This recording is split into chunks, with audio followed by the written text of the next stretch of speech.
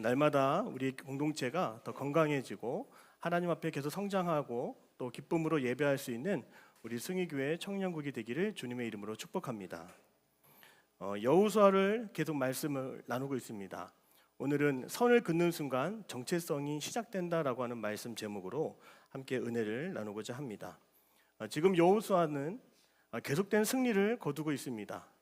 그러나 이 아이성에서 잠시 넘어지며 교만함 속에 하나님이 다시 일어서게 하심으로 아이성의 측면과 배후를 공략하게 하심으로 다시금 아이성에서 승리하게 되는 그런 놀라운 일들을 이스라엘 백성들은 경험하게 되었습니다. 특별히 하나님께서 여리고성을 무너뜨릴 때에는 이런 말씀을 하셨어요. 여호수아 6장 21절인데 같이 한번 읽어볼까요? 그 성 안에 시작. 그 성 안에 있는 모든 것을 온전히 바치되 남녀노소와 소와 양과 나귀를 하늘로 멸하니라. 아멘. 하나님께서는 왜 이렇게 잔인한 명령을 내리실까 이런 생각을 할 수가 있지만 하나님 우리에게 허락하신 모든 것은 다 거룩한 것이고 세상과 섞이지 않은 좋은 것을 우리에게 주기를 원하신다는 것이죠. 특히 가나안 족속 중에서 이스라엘 백성들이 경계해야 될 족속이 하나 있었는데 그 가나안 7족속 중에서 바로 기브온 족속이 가장 경계의 대상입니다. 오늘 우리도 신앙생활 할 때 여러분이 경계하고 주의 깊게 살펴봐야 하는 것들이 있죠. 계속 나를 넘어뜨리고 계속 나를 힘들게 하는 것들은 꼭 장애물과 같아서 그 자리에서 또 넘어지게 한다는 것이죠. 특별히 이 기브온 족속은 왜 주의해야 하냐면 이 가나안 영토 가운데 가장 중앙의 산지에 자리 잡고 있는 그런 산성을 중심으로 기브온 족속이 살고 있었기 때문입니다. 그러니까 가장 중앙에 있는 족속을 진멸하고 점령하지 않으면 가나안에 들어간 이스라엘 백성들의 삶도 결코 편안할 수가 없었습니다. 이 기브온 족속이 가나안 땅에 들어온 이스라엘 백성들이 여리고를 무너뜨리고 아이성을 무너뜨린다는 그 이야기를 듣고 아마 벌벌 떨었을 것 같습니다. 그때 이 기브온 족속이 한 가지 꾀를 내고 이스라엘 백성들에게 다가옵니다. 우리는 당신들과 싸우러 온 것이 아닙니다. 우리는 당신과 잘 지내고 싶습니다. 그런 이야기를 한다는 것이죠. 근데 그냥 말을 하면 누가 봐도 기브온 족속인 걸 알기 때문에 그들은 위장을 합니다. 여호수아 9장 4절에서 5절인데요. 우리 같이 한번 읽어볼게요. 시작. 꾀를 내어 사신의 모양을 꾸미되 헤어진 전대와 헤어지고 찢어져서 기운 가죽 포도주 부대를 나귀에 싣고 그 발에는 낡아서 기운 신을 신고 낡은 옷을 입고 다 마르고 곰팡이가 난 떡을 준비하고. 그렇습니다. 저 멀리서 온 것처럼 여행객처럼 나그네처럼 위장하여서 이스라엘 백성들을 만나고자 하는 것입니다. 떡을 보니까 곰팡이가 쓴 거예요. 먼 여행을 떠나왔다라고 하는 증거로 내밀기 위해서. 신발을 보니까 다 터졌어요. 가죽 포도주 부대도 다 낡아버렸어요. 누가 봐도 먼 여행객이 이스라엘 백성들과 잘 지내기 위해서 찾아온 그런 손님과 같은 모습으로 다가왔다고 하는 것이죠. 근데 이스라엘 백성들이 깨어있지 않았습니다. 아이성에게 처음 패배를 당했을 때에도 깨어있지 않았습니다. 계속적으로 하나님은 우리에게 깨어있으라고 말씀하십니다. 여호수아 9장 15절과 16절에 보니까 하나님의 말씀에 순종하지 못하고 이 기브온 족속과 가나안의 7족속 중에 한 족속과 화친을 맺어버립니다. 여호수아 9장 15절에서 16절입니다. 같이 읽겠습니다. 시작. 여호수아가 곧 그들과 화친하여 그들을 살리라는 조약을 맺고 회중 족장들이 그들에게 맹세하였더라. 그들과 조약을 맺은 후 사흘이 지나서야 그들이 이웃에서 자기들 중에 거주하는 자들이라 함을 들으니라. 아멘. 사흘이 지나니까 그들과 화친을 맺었던 족속이 하나님께서 멸하라고 말씀하신 기브온 족속이었습니다. 여러분 어떤 마음이 들었을까요? 자, 하나님께서 이 아이성에서 반드시 우리가 넘어지는 그 이유와 목적을 알려주셨어요. 하나님을 찾지 않고 하나님께 묻지 않았다라고 하는 것이죠. 여러분 이 화친을 맺은 것이 그냥 단순히 좋은 관계를 맺은 것으로 끝나지 않습니다. 하나님께서는 반드시 가나안 땅에서 이 가나안 원주민들을 다 밀어내고 다 진멸하라고 말씀하시고 그곳을 완전한 터전으로 이스라엘 백성들에게 주기를 원하셨던 거예요. 문제가 생긴 거죠. 결국에는 이 화친을 맺어버리기 때문에 서로 공격하지 않겠다, 서로 해치지 않겠다라고 하는 약속을 맺어버리기 때문에 300년, 400년 동안 가나안 땅에서 기브온 족속은 떠나지를 않게 되는 그런 후세에게까지 영적인 부채감을 주는 그런 민족을 끼어안고 살아가게 됐다라고 하는 것입니다. 여러분, 과연 몰랐을까요? 과연 준비가 안 돼 있었을까요? 왜 이스라엘 백성들은 아이성에서 무너진 것을 또 잊어버리고 왜 하나님의 약속의 말씀을 의지하지 않고 또 속아 넘어가게 될까요? 오늘 우리가 이 본문의 말씀 속에서 한 가지를 분명하게 꺼내어서 중요하게 생각한다면 바로 오늘 우리 이 시대에도 영적인 분별력을 갖지 않으면 오늘 우리도 속을 수 있다라고 하는 것입니다. 오늘 우리가 어떻게 살아가야 하는지, 오늘 우리가 어떤 길을 걸어가야 하는지, 오늘 우리가 어떠한 길을 걷고 누구를 만나며 살아가야 하는지 여러분 성경책에 나와요, 안 나와요? 나오지 않습니다.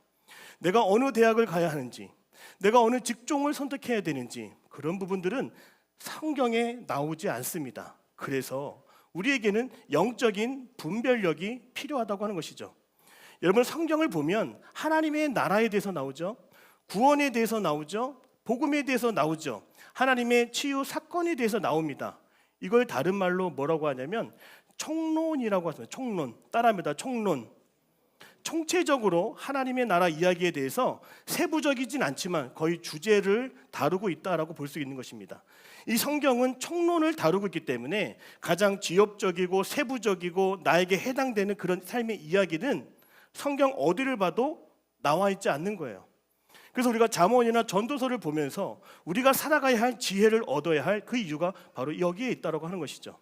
영적인 분별력이 있어야 우리가 강론에서 우리가 무엇을 가까이 하고 무엇을 끊어야 되고 무엇을 찾아야 하고 어떠한 길을 가야 하는지는 이 영적인 분별력을 가져야 그러한 삶을, 하나님의 인도하심을, 하나님의 뜻을 구하며 살아갈 수 있다고 하는 것이죠.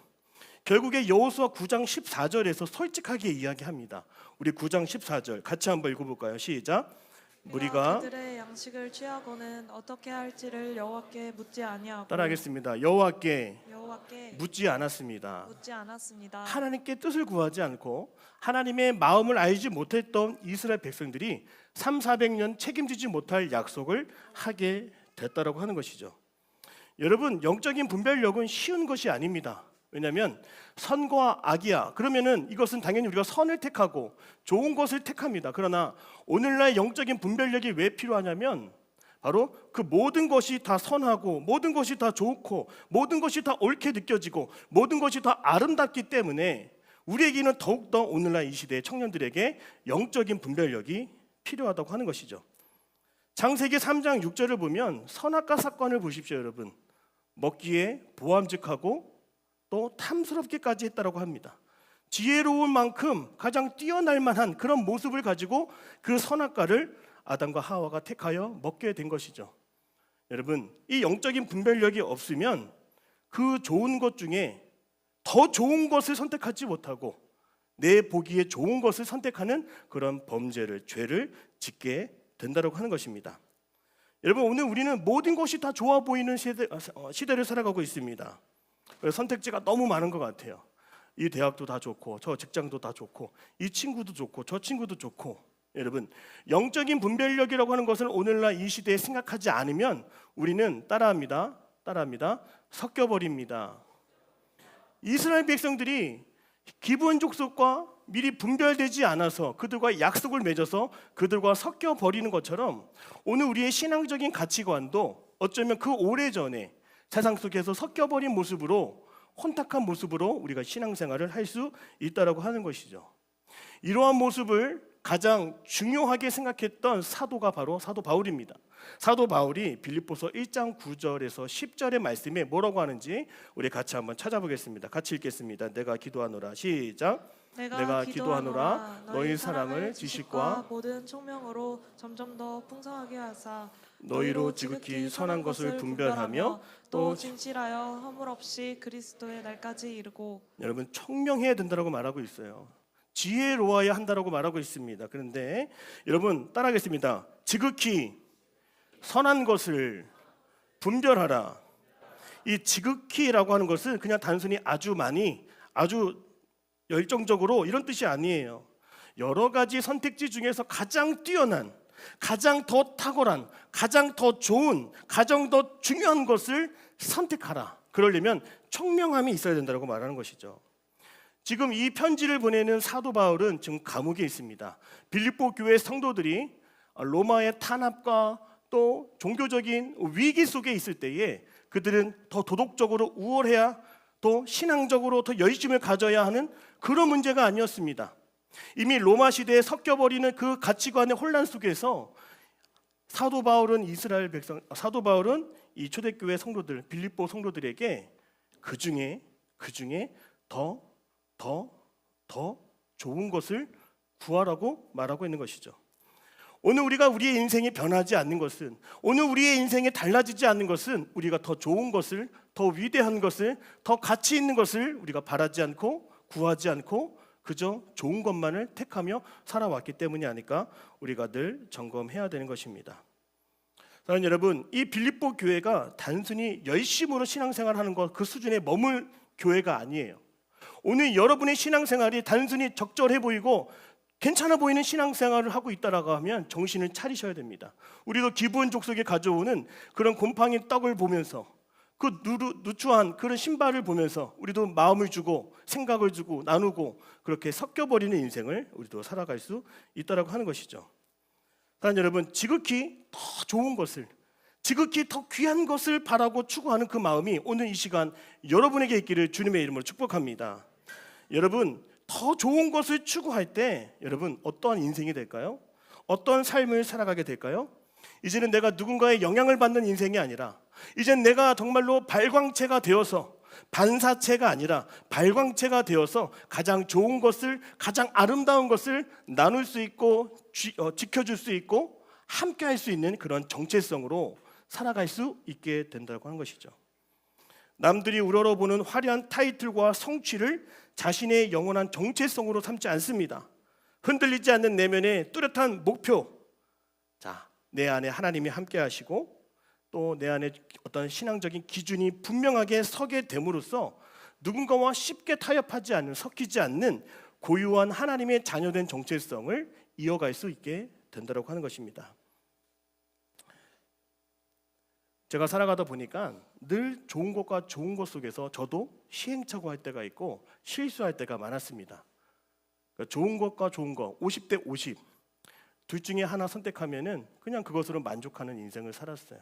근데 어느 순간부터 제가 49대 51로 더 좋은 것을, 더 귀한 것을 발견하고 찾게 되었습니다. 오늘 이스라엘 백성들이 간과했던 것처럼 제 마음속에도 하나님을 찾고 하나님께 구하고 하나님이 뭘 원하시는지를 묻게 되니까 제 인생도 조금씩 더 가치 있는 인생으로 변하게 되었다라고 하는 것입니다. 사랑하는 여러분, 제가 살아가면서 지금도 저에게는 세 가지 기준이 있어요.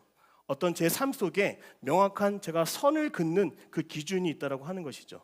그것은 바로 무엇을 하면 하나님이 기뻐하실까? 하나님은 지금 나의 필요보다 하나님은 지금 무엇을 필요로 하실까?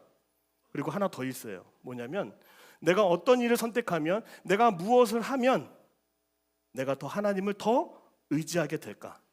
여러분, 우리는 값싸고 효율적이고 가성비와 가심비를 따지면서 세상 속에서 가장 좋은 것을 그렇게 찾아왔는지도 모릅니다. 그러나 보이지 않는 영적인 가치관이 존재하는 이 세상 속에서도 우리가 십자가의 그 길을 걸어가고자 하는 그런 마음 속에 내가 아니라 하나님을 더 드러내는 일은 무엇일까? 늘 고민하고 기도할 때 우리는 속지 않습니다. 우리의 정체성을 지키게 될 줄로 믿습니다. 그래서 화면을 보시면 제가 어제 말씀 준비하면서 제 스스로도 다시 한번 기준을 정하게 됐어요. 그 10가지를 잠깐 짧게 나누고 싶은데 화면 보여주세요. 하나님의 뜻을 잘 분별하는 10가지 기준 중에 첫 번째는 뭐냐면 내가 원하는 것보다 하나님이 원하시는 것을 한번 생각해 보자. 여러분, 이게 좋다라고 생각하지만 그러나 그 자리에서 더 좋은 것이 있다라고 믿고 내가 원하는 것보다 하나님이 지금 이 순간에 원하고 찾는 것은 무엇인가를 한번 고민하는 것입니다. 두 번째는 하나님을 더 믿고 하나님을 더 찾게 만드는 것은 무엇인가? 여러분, 불편한 자리라고 해서 우리가 선택지에서 빼고 그런 게 아니죠. 어쩌면 힘들고 어려운 자리일 수도 있지만 오히려 그 자리가 하나님을 더 찾게 되고 하나님을 더 의지하게 된다라면 그것은 축복의 자리가 될 수 있는 것입니다. 세 번째 뭐예요? 내가 잘나 보이는 것보다 하나님이 더 높아지는 그런 자리를 내가 택하겠다라고 하는 거죠. 네 번째, 지금 편하고 재밌어 보여도 죄와 가까워지는 길은 피해야 된다라고 하는 그 기준을 제가 정해보았어요. 그리고 다섯 번째, 당장 좋은 것보다 내 믿음에 더 좋은 것을 선택하라. 따라합니다. 당장 좋은 것보다, 그렇습니다. 내 믿음에 더 좋은 것을 선택해 볼 수 있는 여러분 되길 원해요. 그리고 여섯 번째는 내 자존심을 세우는 것보다 겸손해지는 것을 한번 선택해 보자. 그리고 일곱 번째, 사람들에게 칭찬받는 것보다, 그러니까 칭찬받는 자리가 있어요. 주목받는 자리가 있습니다. 그러나 그런 자리보다, 세상 사람들이 좋아하는 자리보다 나는 하나님이 기뻐하시는 자리에 서기를 원해. 그런 마음으로 한 번 더 우리의 경계선을 세워보는 거죠. 그리고 내 욕심을 채우는 것보다 사랑하고 순종하는 쪽을 더 선택해 보자. 이게 여러분 더 아름다운 인생을 살아가는 모습 아니겠습니까? 그리고 마지막 두 가지가 남았는데, 급하고 불안한 마음으로 바로 결정하지 말고, 따라합니다. 바로 결정하지 말고, 여러분 이게 맞다라고 하는 그 순간이 참 위험한 것 같아요. 이스라엘 백성도 이 사람들 괜찮다, 이 사람들과 친하게 지내야겠다, 이 사람들을 우리가 도와줘야겠다라고 하는 자기 생각을 믿을 때 그때 어려운 미래를 바라보게 되는 거죠. 자, 마지막에 나만 좋은 길보다 다른 사람도 함께 좋은 일, 함께 살리는 일이 무엇인지를 우리가 한번 생각해 볼 수 있어야 된다는 것입니다. 사랑하는 여러분, 영적인 분별력은 단순히 우리가 실수하지 않기 위해서 그런 마음을 갖는 것이 아닙니다. 한 번 더 주님의 마음을 구하고 한 번 더 주님의 뜻을 구하는데 우리의 영적인 분별력이 사용되고 우리의 고귀한 정체성을 지키는데 그런 선을 긋는 일에 사용될 수 있다고 하는 것입니다. 이 영적 분별력을 가로막는 가장 큰 장애물이 있다면 무엇일까요, 여러분? 따라합니다. 나의 확신. 우리는 눈에 보이는 것이 너무 명확하고 상식적일 때 그것은 바뀌지 않는 팩트, 불변의 팩트라고 말합니다.